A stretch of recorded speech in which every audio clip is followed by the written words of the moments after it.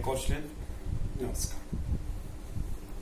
VD Savarkar भाग 2 में आप सबका स्वागत है।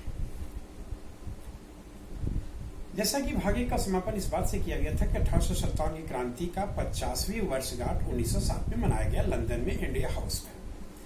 वीडी सावरकर ने इस अवसर पर, एक स्वर्ण जयंती के अवसर पर, गदर जयंती के अवसर पर एक जोरदार जोशीला भाषण दिया सारे नवयुवकों के बीच में।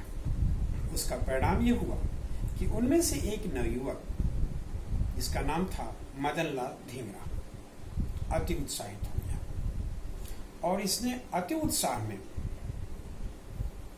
कर्जन फ्रांसिस वाइली की हत्या कर दी। इंपीरियल इंस्टीट्यूट भवन लंदन में कर्जन वाइली मारा गया। ये कर्जन वाइली भारत मंत्री का एडीसी था, एक तरह का जासूस था, जो आए दिन इंडिया हाउस के लोगों को इन किन प्रकार फंसाने के लिए षड्यंत्र किया करता था। लिहाजा कर्जन वाइली की 1909 में हत्या हो जाती है। उसी समय वीडी सावरकर ने वहां बैरिस्ट्री की डिग्री पाई थी, लेकिन पहले और अंतिम क्रांतिकारी ऐसे हैं जो बैरिस्ट्री की डिग्री पाने के बाद भी उन्हें बैरिस्ट्री की डिग्री मिली नहीं। क्यों? क्योंकि डिग्री देने से पहले ये शर्त रखी गई कि आप लिखित रूप से दीजिए कि भारत की राजनीति में जीवन भर हिस्सा नहीं लेंगे, तभी तो आपकी बैरिस्ट्री की डिग्री दी जाएगी, न तो नहीं दी जाएगी। तो वीडी सावरकर जी ने ऐसा लिखने से मना कर दिया, लिहाजा वो पास होने के बाद भी डिग्री प्राप्त न कर सके। अब वाइली की हत्या का इतना उत्पात हुआ कि ये माना गया कि मदन लाल धींगरा ने वीडी सावरकर के जोशीले भाषण से उत्प्रेरित होकर के ही ये घटना को अंजाम दिया, लिहाजा इसके लिए वीडी सावरकर जिम्मेदार है। ये बात है लंदन की। अब एक दूसरी घटना ठीक उसी समय घटती है भारत में। वीडी सावरकर के बड़े भाई गणेश दामोदर सावरकर, इन्होंने महाराष्ट्र में मित्र मेला और तरुण सभा के माध्यम से नौ युवकों में क्रांति का जोश भरा। इसी दौरान उन्होंने लघु अभिनव भारत नामक एक पुस्तक भी लिखा।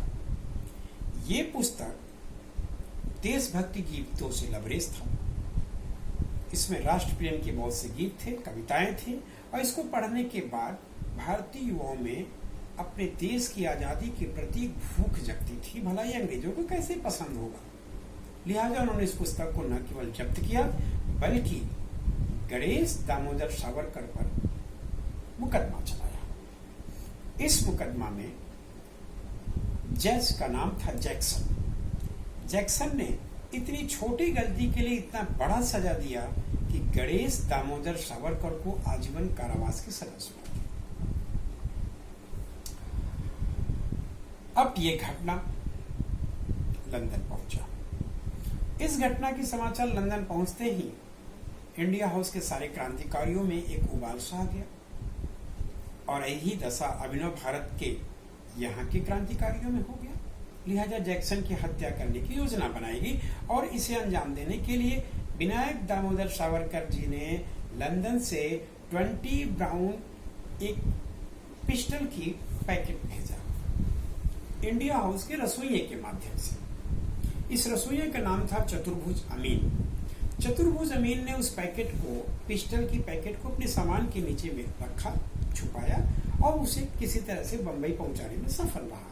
और वो क्रांतिकारियों के बीच वितरित भी हुआ और एक पिस्टल अनंत कानड़े जी को भी मिल गया, क्योंकि वो औरंगाबाद के अनंत कानड़े जी पर मैं अलग से बनाऊंगा।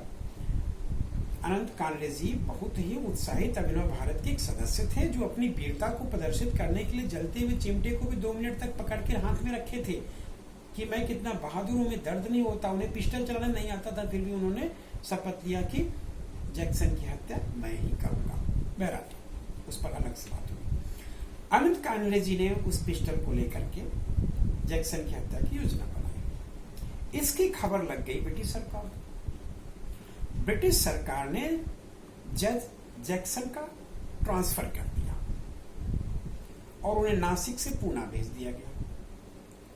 तो जब नासिक से पुणे उन्हें जाना था तो नासिक में एक विदाई समारोह का कार्यक्रम रखा गया। औरंगाबाद में एक विजय आनंद हॉल है। उसी हॉल में 21 दिसंबर 1909 के दिन जैक्सन की विदाई होनी थी और उस विदाई समारोह में जैसे ही जैक्सन पहुंचते हैं वैसे ही अनंत कानडे ने 6 के 6 गोलियां उनके सीने में दाग दी। फलस्वरूप एट स्पॉट जैक्सन की मृत्यु हो गई। हाहाकार मच गया। ब्रिटिश प्रशासन, एक जज की हत्या सामान्य बात तो थी नहीं। लंदन में कर्जन वाइली की हत्या, भारत में जज जैक्सन की हत्या। इन दोनों हत्याओं के पीछे बीडी सावरकर यानी विनायक दामोदर सावरकर का हाथ माना गया। लिहाजा बंबई से वारंट निकाल दिया गया कि सावरकर की गिरफ्तारी की जाए। लंदन से बीडी सावरकर गिरफ्तार किए जाते हैं और उन्हें जुलाई 1910 में भारत भेजा जाता है। रास्ते में मोर्सलीज बंदरगाह, फ्रांस के मोर्सलीज बंदरगाह के पास उन्होंने शौच का बहाना करके कड़े नियंत्रण से थोड़ी सी मुक्ति पाई और उसके बाद जान की परवाह न करते हुए जहाज से समुद्र में कूद गए। विनायक दामोदर सावरकर जी ने पूरे 5 मील की तैर करके यात्रा की और किनारे पर पहुंचे। वहां फ्रांसीसी पुलिस अधिकारियों ने उनकी भाषा न समझकर उन्हें दोबारा अंग्रेजों को सौंप दिया और वो कड़े पहरे के साथ भारत में लाए गए। नासिक में ला करके उनके साथ जितनी भी धाराएं उन पर लग सकती थी वो लगाया गया और उस धाराओं के बाद उन्हें 2 बार आजीवन कारावास की सजा दी गई। 50 वर्ष की सजा पाने वाले पहले ऐसे क्रांतिवीर थे। उसमें जब एक अधिकारी ने पूछा कि क्या आप 50 साल आजीवन कारावास की सजा भुगत सकेंगे, तो उन्होंने मुस्कुराते हुए कहा कि क्या आपको लगता है कि भारत में अंग्रेजों का शासन 50 साल तक रहेगा क्या? बात तो सच निकला, क्योंकि ये सजा सुनाई गई 1910 में और देश आजाद हुआ 1947 में। लिहाजा बीडी सावरकर का कथन सत्य साबित है। अब उन्हें आजीवन कारावास की सजा लेकर के अंडमान भेज दिया गया, सेलुलर जेल में। सेलुलर जेल एक कालकोठरी था जहां 3 तरह के कैदी जाते थे। एक जो राष्ट्रद्रोह के अपराध में हो, दूसरे राजनीतिक बंदी, तीसरे खूंखार अपराधी। इन पर सभी तरह की धारा लगा करके सेलुलर जेल में भेज दिया गया और उस कालकोठरी में 1911 से 1924 तक ये रहे। इस दौरान उनके हाथ और पैर में लोहे के मोटे मोटे जंजीरों से बांधे गए थे। उन्हें सजा भी दी गई थी कि वो प्रतिदिन कोल्हू के बैल की तरह खुद को जोतेंगे और 30 पाउंड नारियल का तेल निकालेंगे। बीडी सावरकर जी कोल्हू से 30 पाउंड प्रतिदिन नारियल का तेल निकालते थे और रात के समय पत्थर से या कोयले से सेलुलर जेल की दीवारों पर कविताएं लिखते थे। इनकी संख्या लगभग 10,000 है।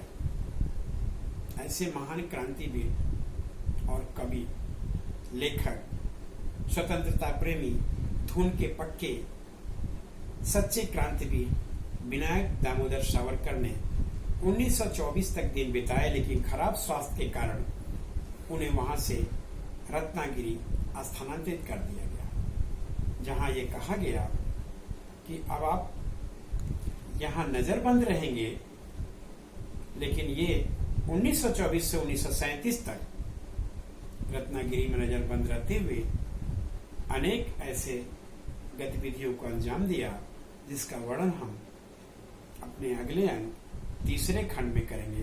तब तक के लिए धन्यवाद, नमस्कार।